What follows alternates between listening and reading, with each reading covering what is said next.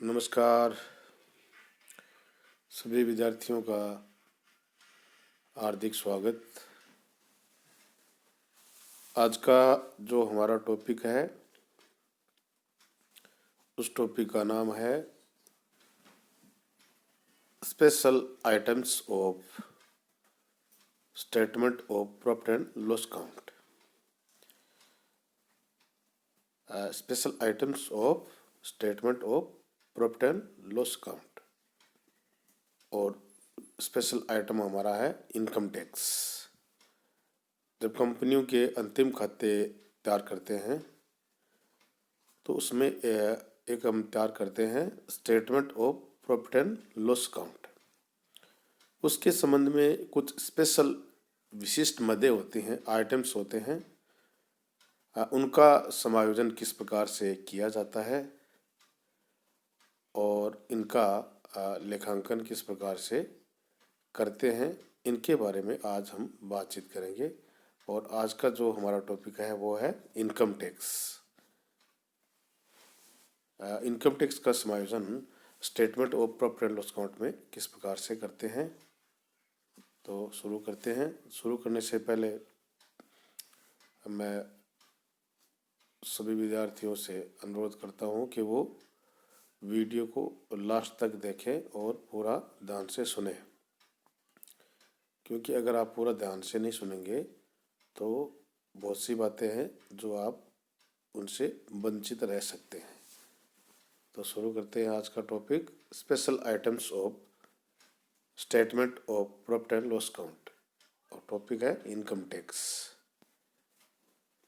लाभ हानि विवरण की विशिष्ट मदें। कंपनियों के अंतिम खातों को तैयार करते समय कुछ ऐसी मदें जो केवल कंपनी के लाभ हानि विवरण में ही सम्मिलित होती हैं, अन्य व्यापारिक प्रतिष्ठान में नहीं आती है, उनका किस प्रकार से अंतरण किया जाता है, इनके बारे में हम बातचीत करेंगे। और आज का टॉपिक आयकर। आयकर से संबंधित 4 मदें कंपनी के तलपट में दिखाई जाती है। जो इनकम टैक्स है उससे संबंधित 4 मदें हैं, वो ट्रायल बैलेंस में दिखाई जाती है। इन मदों का निरूपण अंतिम खातों में निम्न प्रकार से किया जाता है। जैसे नंबर 1 है उद्गम स्थान पर कर की कटौती। आयकर अधिनियम के अनुसार वेतन, ब्याज आदि का भुगतान करता आयकर अधिनियम में उल्लेखित दरों से कर काटकर ही भुगतान करेगा। आयकर अधिनियम में वेतन, ब्याज आदि का भुगतान अगर कोई करता है तो वो आयकर अधिनियम में उल्लेखित जो दरें हैं उस दरों से कर काटकर ही उसका भुगतान करता है। वह ऐसी राशि को प्राप्तकर्ता के नाम से सरकारी खजाने में उसको जमा कराना होगा। यह है नियम। प्राप्तकर्ता इसे अपने कर निर्धारण वर्ष के समय या तो वास्तविक कर की राशि से समायोजित कर लेगा या वापस ले लेगा, रिफंड ले लेगा।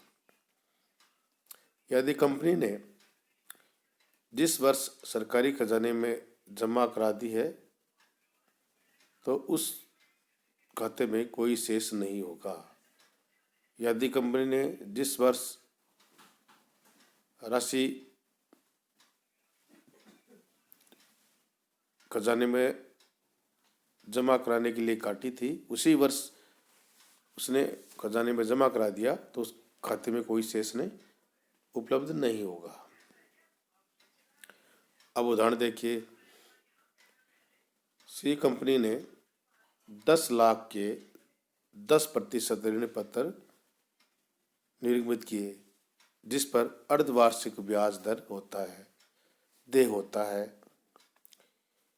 यदि उद्गम स्थान पर कर की कटौती की दर 20% है तो कंपनी की पुस्तकों में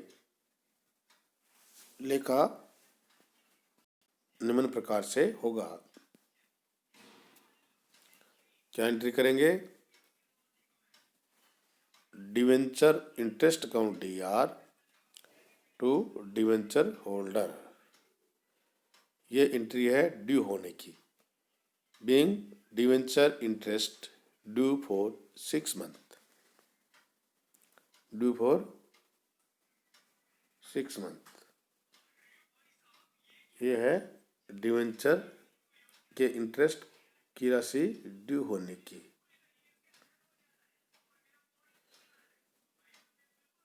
और ये है इंटरेस्ट को चुकाने की। डिवेंचर होल्डर अकाउंट DR राशि कितनी होगी? 50,000 रुपये की। देखिए 10 लाख पर 10% की राशि से गुणा करेंगे तो आएगा 1 लाख रुपए पूरे साल का, और ये चुका रहे हैं अर्धवार्षिक, तो आ जाएगा 50,000। इसको 50,000 से इंटरेस्ट हो गया और डिवेंचर होल्डर के अकाउंट में इसको ट्रांसफर कर दिया। अब इसको चुकाने की है तो डिवेंचर होल्डर वापस क्रेडिट से डेबिट कर देंगे। तो डिवेंचर होल्डर अकाउंट DR 50,000 से टू बैंक ये चुकाएंगे, और to tax deduct at source 10,000। ये कैसे आए? ये देखिए,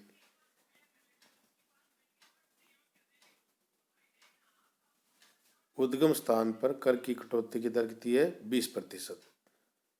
तो 50,000 का 20% होता है ये 10,000।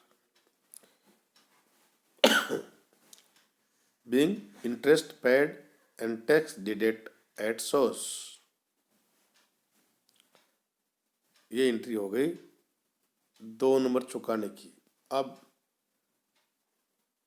ये जो राशि कटौती की गई उसको डिपॉजिट कराना है सरकारी ट्रेजरी में। तो tax deduct at source account DR to bank, amount कितना होगा?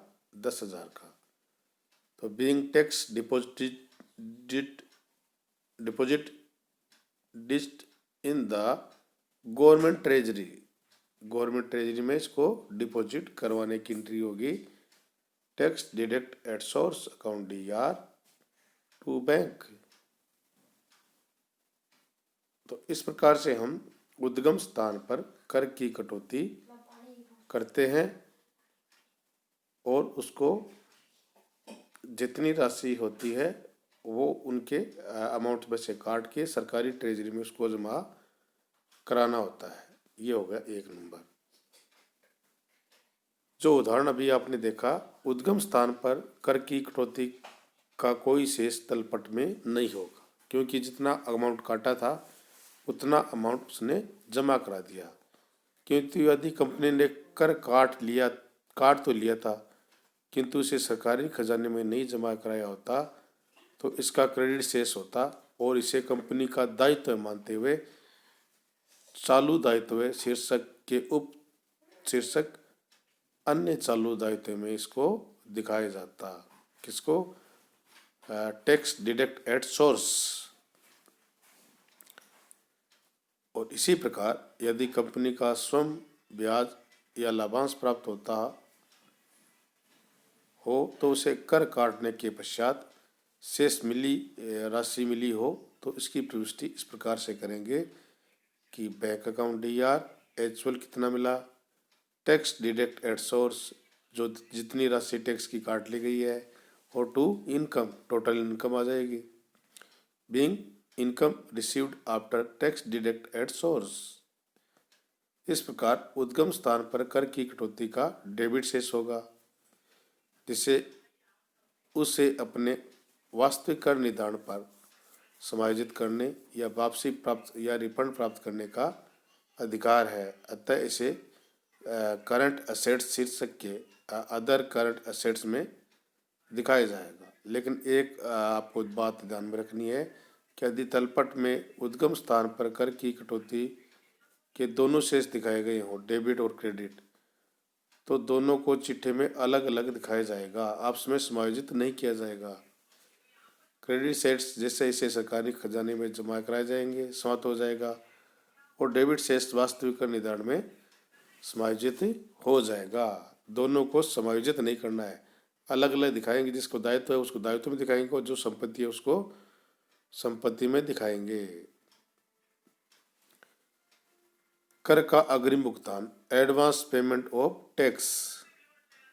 आयकर अधिनियम के अनुसार प्रत्येक व्यक्ति को अपनी आय व उस पर कर का स्वयं अनुमान लगाकर उसी वित्तीय वर्ष में सरकार के पास जमा कराना होता है, जबकि उसका वास्तविक कर निर्धारण आयकर विभाग द्वारा अगले वर्ष किया जाता है। इसे ही कर का अग्रिम भुगतान कहते हैं। मतलब कर निर्धारण वर्ष से अगले वर्ष किया जाता है और उसकी टैक्स की राशि है वो पहले चुकाई जाती है। इस राशि को करदाता वास्तविक कर निर्धारण पर आयकर राशि से समायोजित करेगा। अतः इसे करंट असेट्स के उपशीर्षक अदर करंट असेट्स में दिखाया जाएगा, advance payment of tax. Advance payment of tax, क्योंकि वो उसकी संपत्ति है, उसने एडवांस में चुका दिया है। और सेकंड है कर का आयोजन, प्रोविजन फॉर टैक्सेशन। लेखांकन सिद्धांत के अनुसार चालू वर्ष के वे, चाहे उसका भुगतान हुआ हो अथवा नहीं हुआ हो, उसी वर्ष के लाभ हानि विवरण में दिखाए जाने चाहिए।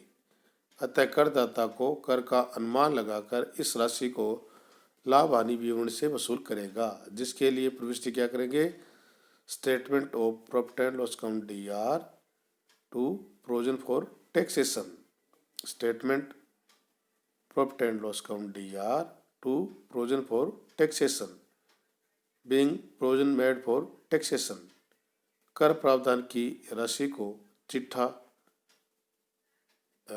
की बैलेंस शीट है में करंट लायबिलिटीज शीर्षक के उपशीर्षक शॉर्ट टर्म प्रोविजन में इसको दिखाया जाएगा, प्रोविजन फॉर टैक्सेशन को, क्योंकि ये एक प्रकार से दायित्व है जिसके लिए हमने प्रोविजन तैयार किया है। और इसको दिखाएंगे करंट लायबिलिटीज के उपशीर्षक शॉर्ट टर्म प्रोविजंस में। ओके। और एक कर और है जो 4 नंबर में आता है, कॉर्पोरेट टैक्स। कंपनी पर जो टैक्स लगता है उसे हम निगम कर कहते हैं, कॉर्पोरेट टैक्स। कंपनी के वास्तविक आयकर को निगम कर कहते हैं। आयकर अधिकारी द्वारा गत वर्ष, जिसको हम वित्तीय वर्ष बोलते हैं, कि आय पर अगले वर्ष जो कि कर निर्धारण वर्ष में कर का निर्धारण किया जाएगा। इस निर्धारण के आधार पर करदाता को डिमांड नोटिस भेजा जाएगा, मांग पत्र।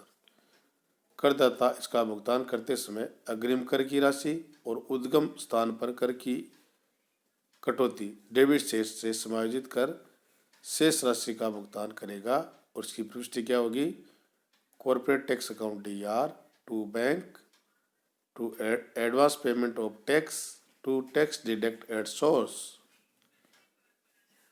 ये एंट्री करेगा, जितनी एडवांस पेमेंट कर दिया वो एडवांस पेमेंट में आ जाएगा, और जितना टैक्स डिडक्ट एट सोर्स वो उसमें आ जाएगा, और शेष अमाउंट बैंक में जमा करा देगा। निगम कर की राशि जिसके लिए गत वर्ष में आयकर का आयोजन किया गया था से समायोजित किया जाएगा। वह आयोजन की शेष राशि को इस वर्ष के आधिक्य में स्थानांतरित कर दिया जाएगा। और इसकी जो नरेशन है वो क्या होगा, being corporate tax paid after deduct advance tax and TDS from corporate tax liabilities. निगम कर की राशि जिसके लिए गत वर्ष में आयकर का आयोजन किया था से समायोजित किया जाएगा। वह आयकर की आयोजन की जो राशि है शेष राशि को इस वर्ष के आधिक्य में स्थानांतरित कर दिया जाएगा। तो इस प्रकार से हम स्पेशल जो आइटम है statement of profit and loss account में और उसमें आज का जो हमारा टॉप आइटम था इनकम टैक्स, जिसमें 4 प्रकार के करों का समायोजन किया जाता है और उनके बारे में आपको बताया था। आप सभी का बहुत बहुत धन्यवाद। Thank you.